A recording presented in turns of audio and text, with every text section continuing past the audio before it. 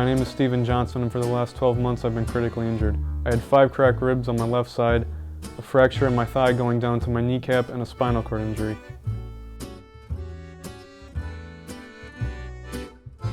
I used to love doing a lot of sports. In high school I was pretty good at sports like soccer and tennis. I started to go to college for a while, but the money started to run dry, so I decided to settle with a community college instead.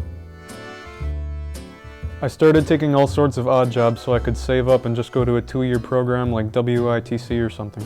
One particular job I took was roofing, and that's where my injury came from. It was an injury that was pretty much my own fault entirely. I showed up at work and was a little tired because we were starting around 6:30 and just not really in my right mind. My boss Mark, he could tell. He's pretty observant of a lot of things. My name is Mark Mock, and I'm run M&M Roofing and Siding. My employees are not too bad. I have to keep an eye on them, otherwise they'll be sloughing off, but usually they work pretty good as long as I keep an eye on them. One guy on there, he's 30 years old, his name's Shane, and he acts like he's 18-year-old. He's kind of goofing off, but I just keep him going all the time. He's a hard worker, but he likes to disappear on me once in a while, so I just stay in touch with him, keep him by my side. He's usually almost never tired and is usually trying to keep other people on their feet paying attention. I did have a pretty important job that was 3 months coming along, but it was really tough to get her done because I had work in between, but eventually we're gonna get it done. So we went to work like usual.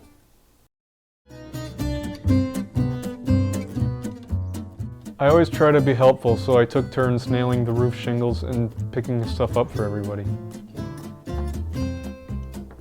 Hammers, nail guns, tiles that had fallen off, tossing colas and cigarettes and stuff like that. Yeah, Steve, he shows up to work and he seems to stumble a lot, but now he's starting to get more worthless on me. So I thought I might just have to let that guy go before he hurts somebody or shoots himself with a nail gun. It was late in the afternoon when the job was done. Everyone else except maybe 2 guys and Mark were gone.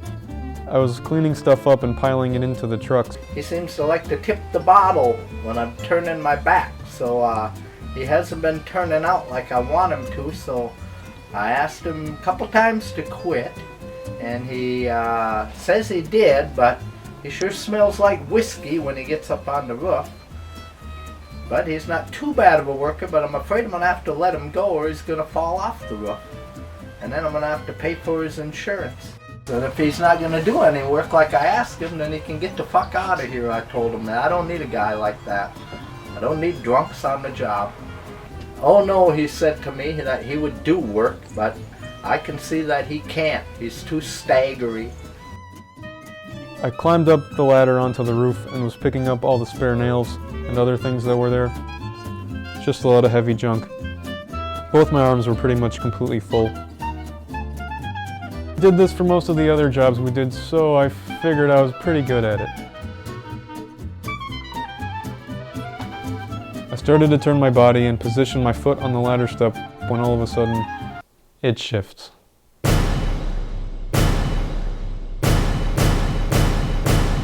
I'm taken completely by surprise and I try to balance myself, but it was really too late.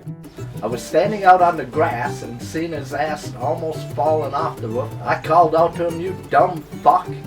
I lost my footing on the ladder and went falling backwards. And he hit the ground, and before he hit the ground I told him he was fired. I landed in the grass, which was pretty lucky because just a few feet over was some concrete. Yeah, he dumped shingles all over, shit went flying everywhere. The homeowner was standing out there, and that's when I told her, I said, "He don't work for me no more." It was like my whole world was spinning around from all of the pain. I sent him, after he fell off the roof, I had to call the meat wagon to come and pick him up. That's the ambulance, so that he could get hauled away. He hurt his back, so I'm assuming he probably hurt his back really bad because he put him on a stretcher.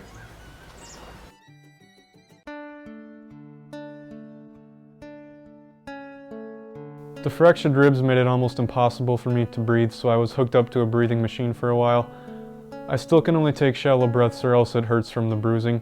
My leg was put in a brace for about 6 months or so because the fracture was still there and it's painful, so I was given a cane for that. It helps me to keep balance while I'm walking. It should be totally fine eventually, but for now I kind of look like an old man. I think it's kind of cool though. The worst of it is that I have some really bad back problems now, which really sucks. Basically, there are some discs in between your spinal column that absorb shocks when you do stuff. Because I had such a big shock hitting the ground, the disc is now protruding out of the spinal column a little bit. It hurts pretty bad and is the cause of a lot of discomfort with my back. I'm taking some medication for it now though, so hopefully it won't get worse. Daily activities are a lot harder. I used to do a lot of running in my spare time, but that's almost impossible now. Jobs that involve heavy lifting are also completely out of the question, at least until everything is mostly back to normal. Asked for references, I would probably tell the new employees to keep an eye on him and make sure that he doesn't drink no more, and tell him about the incident that happened on my job. For half a year or so I wasn't able to drive, so I had to rely on other people to drive me places. The worst thing though is looking ahead. You don't really know what to expect, whether things are going to get harder or easier. It's just been a constant scary thought. Making it over these physical barriers and believing that you will get better and life can go back to normal is a challenge. But it was also a really big lesson in my life. I think it was just a big wake-up call that I need to turn my life around and make something of myself. So for now, I'm just trying to stay hopeful and I'm just trying to take charge of my own destiny. My advice to Steve for going forward in his life is to go to drunk classes and sober up, and if he does that, shows me a certificate, I might hire him back.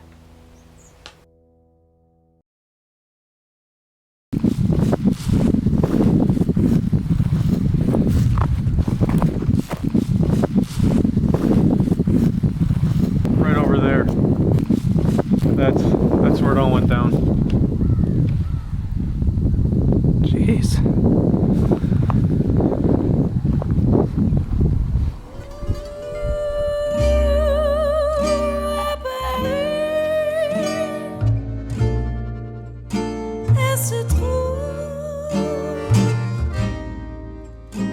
Toute seule, abandonnée,